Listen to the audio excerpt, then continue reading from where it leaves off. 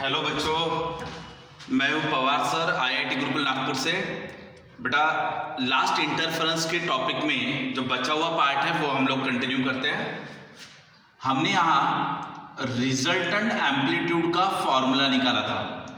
वो कितना आया था अपना? Under root of a1 square plus a2 square plus twice a1 a2 cos theta. ये क्या चीज पढ़ा था बेटा हमने? अगर ये सोर्स ऑफ लाइट S1 है, ये वाला सोर्स ऑफ लाइट S2 है, और ये क्या है बेटा अपना स्क्रीन। यहां से नंबर ऑफ लाइट रेज निकलती है, यहां से भी नंबर ऑफ लाइट रेज निकलती है। यहां से कोई भी लाइट रेज मान लो यहां पहुंची, यहां से एक लाइट रेज यहां पर आई मान लो। यहां से जो लाइट रेज आएगी उसका एम्पलीट्यूड मान लो ये तैयार हुआ A1। यहां पे कोई भी लाइट रेज ऐसे आ रही है और इस लाइट रेज का एम्पलीट्यूड प्रोड्यूस हुआ मान लो A2 इस तरफ। सो ये एक बल्ब है, सोर्स ऑफ लाइट S1, ये एक सोर्स ऑफ लाइट है S2। यहां से भी बेटा नंबर ऑफ लाइट रेज निकलती है, यहां से भी नंबर ऑफ लाइट रेज निकलती है।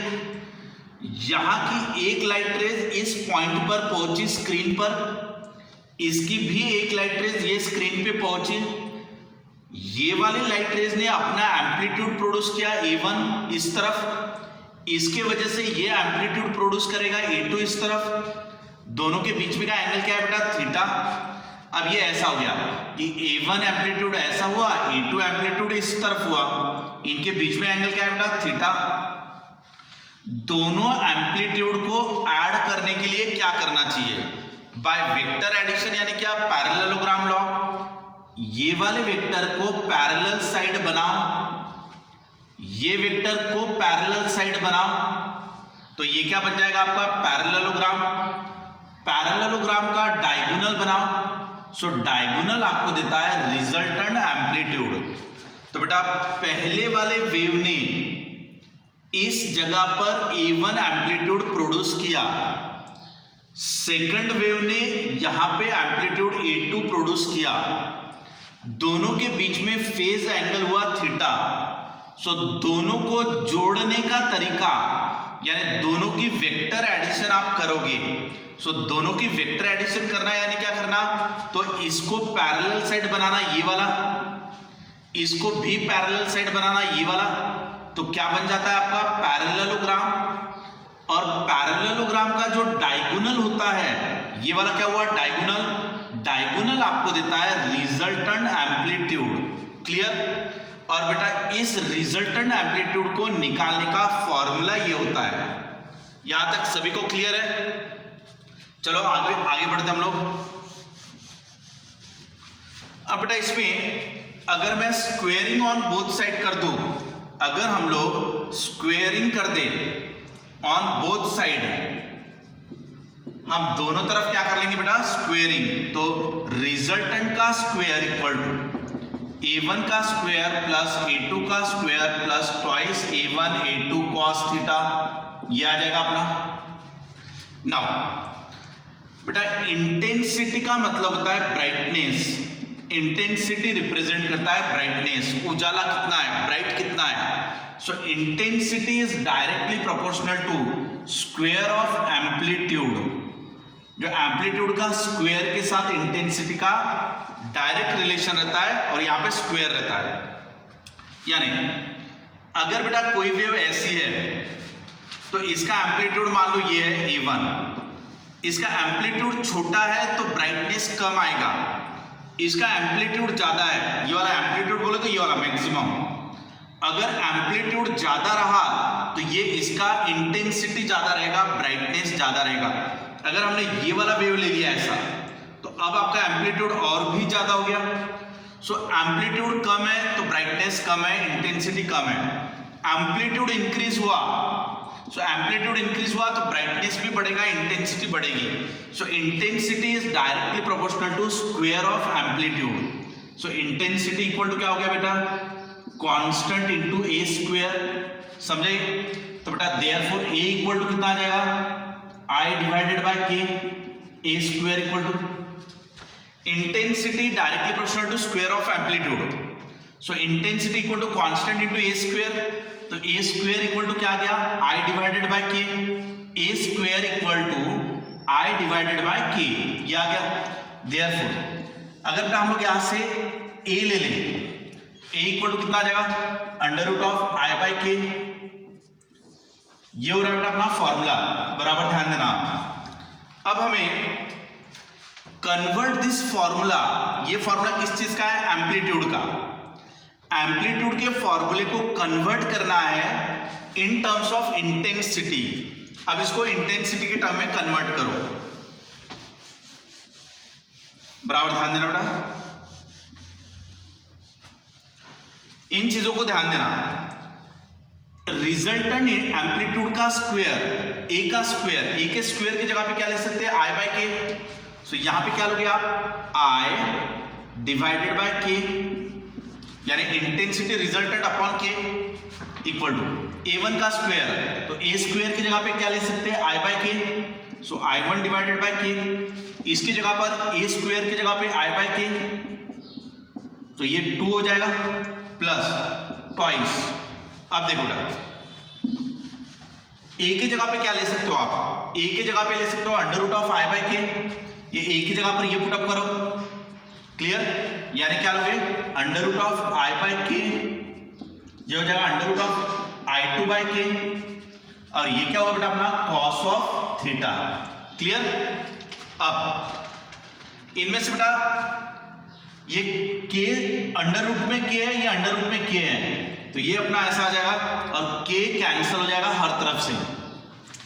ये रूट के इंटू रूट के, ये बाहर आके के बन जाएगा, के सभी तरफ है तो के कैंसिल हो जाएगा। तो रिजल्टेंट इंटेंसिटी इक्वल टू क्या मिलना चाहिए, I1 plus I2 plus twice root of I1 I2 cos of theta. बेटा ये फॉर्मूला बनेगा आपका रिजल्टेंट इंटेंसिटी का, क्लियर है ये फॉर्मूला। अब आपके दो फॉर्मूले बने, बराबर ध्यान रखना बेटा। अगर किसी भी पॉइंट पर एक एम्पलीट्यूड है इस तरफ और एक एम्पलीट्यूड है इस तरफ, तो इन दोनों का रिजल्टेंट निकालते कैसे बेटा, इसको पैरेलल साइड बनाओ, इसको भी पैरेलल साइड बनाओ, और ये डायगोनल क्या रहता है आपका, रिजल्टेंट एम्पलीट्यूड। ये एंगल क्या होता है अपना, थीटा। सो रिजल्टेंट एम्पलीट्यूड का फॉर्मूला क्या होता है, a1 square plus a2 square plus twice a1 a2 cos theta, clear बेटा। अब अगर intensity is directly proportional to square of amplitude, therefore intensity equal to क्या, k इंटू ए स्क्वायर। तो therefore ये कन्वर्ट किस में हो जाता, एम्पलीट्यूड का फॉर्मूला कन्वर्ट करो इंटेंसिटी में। सो इंटेंसिटी रिजल्टेंट कितना मिलता है, I1 plus I2 plus twice root of I1 I2 cos of theta, ये फॉर्मूला बनता है बेटा। ये दो फॉर्मूले आपको अच्छे से याद रहना चाहिए, क्लियर।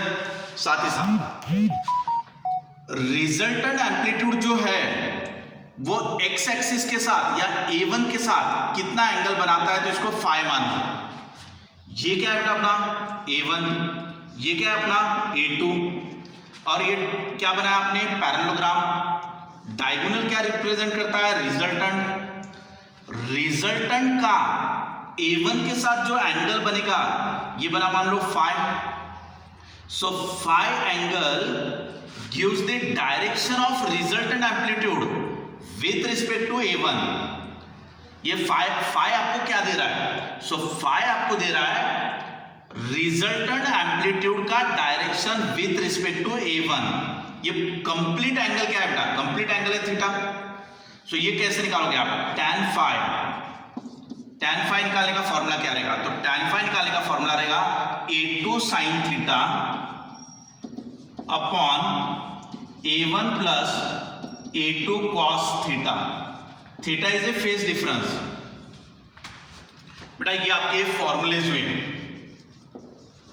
सो आपको फॉर्मूले जो याद रखना है, रिजल्टेंट एम्पलीट्यूड इससे मिलेगा, रिजल्टेंट इंटेंसिटी इससे मिलेगा, और रिजल्टेंट एम्पलीट्यूड का direction with respect to A1 वो इससे मिलेगा। तो बेटा ये तीन चीजें आपको पता रहना चाहिए। अभी हम लोग इसको कंस्ट्रक्टिव और डिस्ट्रक्टिव इंटरफेरेंस में चेंज करेंगे।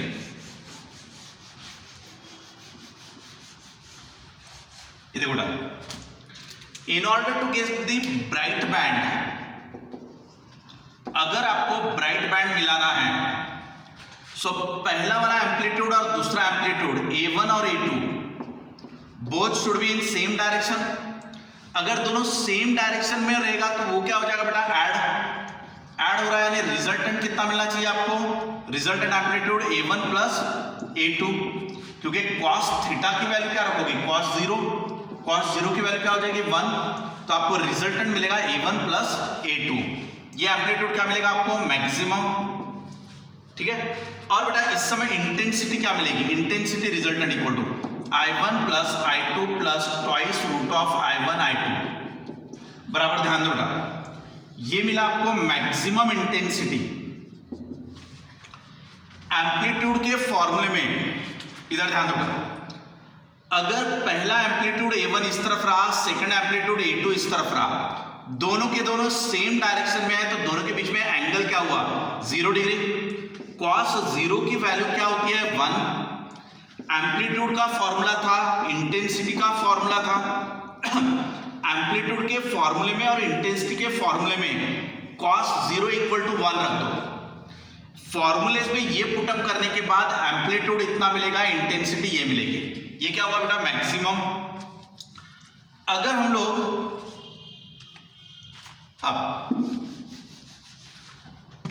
अभी हम कंडीशन लेते फॉर डार्क बैंड के लिए, एक एम्पलीट्यूड A1 इस तरफ हुआ, दूसरा एम्पलीट्यूड A2 इस तरफ हुआ।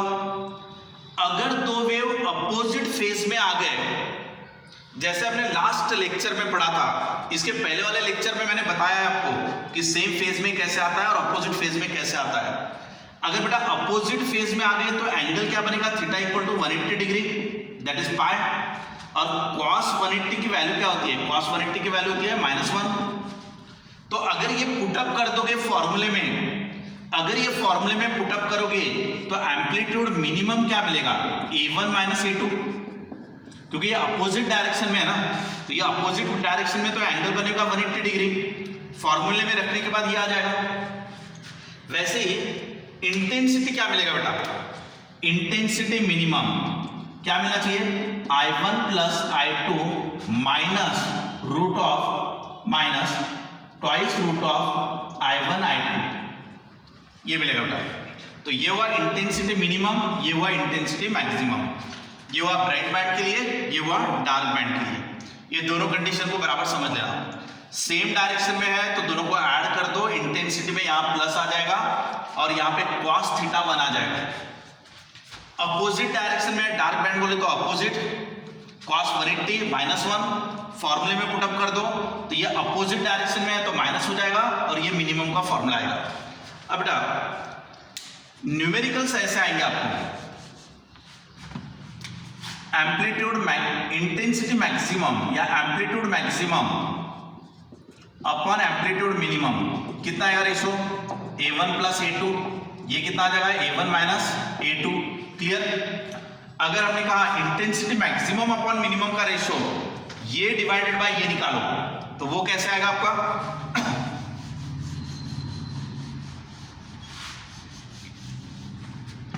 Intensity maximum upon intensity minimum, इसका रेशो कितना आएगा, मैक्सिमम का फॉर्मूला क्या आया था, I1 plus I2 plus twice root of I1 I2। और बेटा मिनिमम का फॉर्मूला क्या आया था, I1 plus I2 minus twice root of I1 I2। ये देख लो बेटा, एम्पलीट्यूड मैक्सिमम अपॉन मिनिमम का रेशो ये, इंटेंसिटी मैक्सिमम अपॉन मिनिमम का रेशो ये। और अगर intensity maximum upon intensity minimum equal to K into amplitude maximum का square upon K into amplitude minimum का स्क्वायर, ये भी हो सकता है, ये कैंसिल हो जाएगा।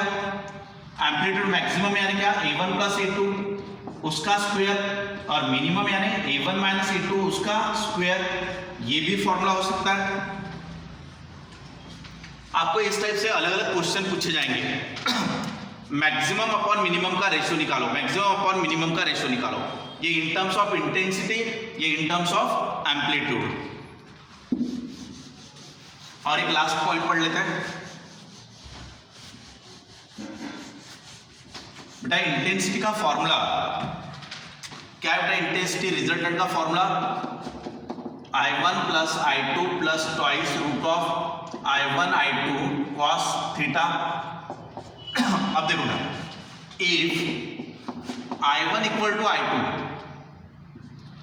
If intensity equal which is equal to I, अगर हमने both intensity I1 I2 equal ले लिया I, तो रिजल्टेंट कैसे होगा? IR इक्वल टू, ये कितना हो जाएगा अपना I plus twice root of I cos phi या तो cos थीटा, फेज डिफरेंस। ये कितना उठा बेटा? I कितना हुआ? 2I प्लस ये कितना हुआ? ट्वाइस I स्क्वेयर, या I इंटू I स्क्वेयर, तो स्क्वेयर स्क्वेयर रूट कैंसल। यहाँ पे I इंटू I था, सो I इंटू I यानी क्या? I का square, square square root cancel, तो ये क्या बनेगा? Twice I cos of theta. Now 2I यहाँ पर भी है, 2I यहाँ पर भी है, 2I को कॉमन निकाल दो, 1 प्लस cos थीटा। क्लियर? अब ये 2I बेटा 1 प्लस cos थीटा यानी क्या? 1 प्लस cos थीटा यानी 2 cos square theta by 2, trigonometry का फॉर्मूला। 1 प्लस cos थीटा यानी क्या? 2 cos square theta by 2 which is equal to 2 into 2 क्या होगा? 4, ये 2 into 2 4I cos square theta by 2। तो इस तरीके से भी हो सकता है। अगर सेम डायरेक्शन लिया, इफ ये A1 and A2 both are in same direction for bright band, बेटा फॉर ब्राइट बैंड A1 और A2 दोनों सेम डायरेक्शन में आएंगे, तो थीटा की वैल्यू क्या हो जाएगी? 0, cos 0 की वैल्यू क्या होती है? 1, तो यहाँ पे cos 0 की वैल्यू 1 रख दो। सो इंटेंसिटी कितना आएगा? इंटेंसिटी हो जाएगा 4 टाइम्स I रिजल्टेंट।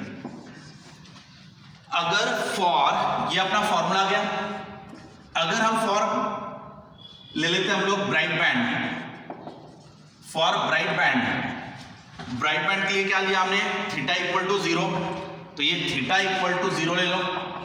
अगर थीटा इक्वल टू 0 ले लोगे तो intensity resultant equal to cos 0 की वैल्यू क्या होती है? 1, cos 0 इज 1, तो बचेगा क्या? 4I। इस टाइप से बेटा आपको अलग अलग क्वेश्चन पूछते हैं। हमने इंटरफेरेंस का पहला जो वीडियो लिया था उसमें हमारा कुछ छूट गया था, तो ये सेकंड वाला वीडियो लिया है, इसमें हमने पूरा कंप्लीट किया है। सो इंटरफेरेंस का जो बेसिक है वो हमने वीडियो 1 और वीडियो 2, पार्ट 1 और पार्ट 2 मिला के कंप्लीट किया है। आप लोग इसको अच्छे से रिवाइज करिए बेटा।